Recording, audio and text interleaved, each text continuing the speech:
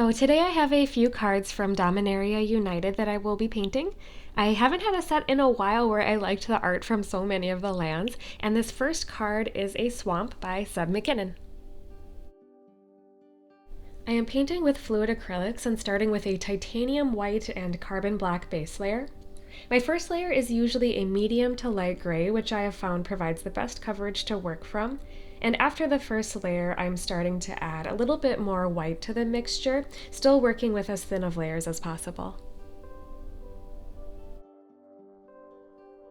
The biggest challenge for this art extension in particular is matching the sky, which is overall quite uniform with some subtle blue-gray along the skyline. The majority of this altar was spent lightening and adjusting the sky, and I think I ended up using a little bit of burnt umber and black. I'm keeping these art extensions pretty simple and like the look of the original art, fading into the black border on the bottom.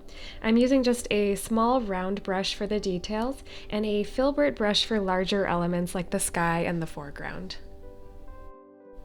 I am now cleaning up the borders with a toothpick, and I think I'll eventually use an aerosol varnish to help create a more uniform finish between the original art and the paint.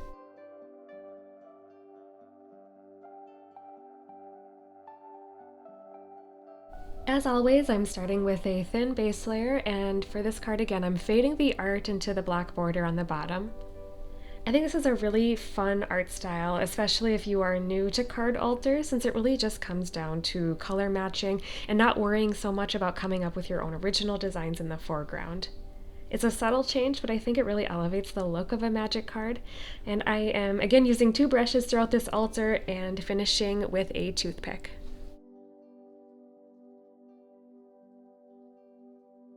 And last for today is probably my favorite art from the set so far.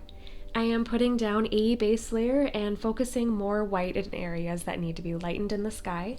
A lot of the same colors are used throughout this card, so I'm able to jump around a little bit more, and it really comes down to color matching. It's hard to tell on these sped up and edited videos, but most of my time is spent on the palette mixing, remixing, and adjusting the colors.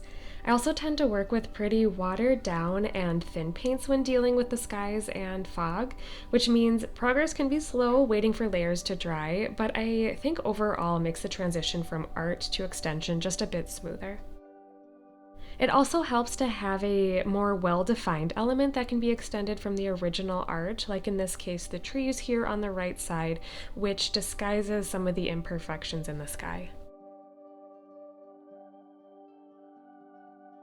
If you enjoy these card painting videos, you can find more like it on my channel here on YouTube. I am also on Instagram, where I am able to post a lot more of my cards, as well as shorter snippets of the painting process. Thank you so much for watching, and I hope to see you in my next video.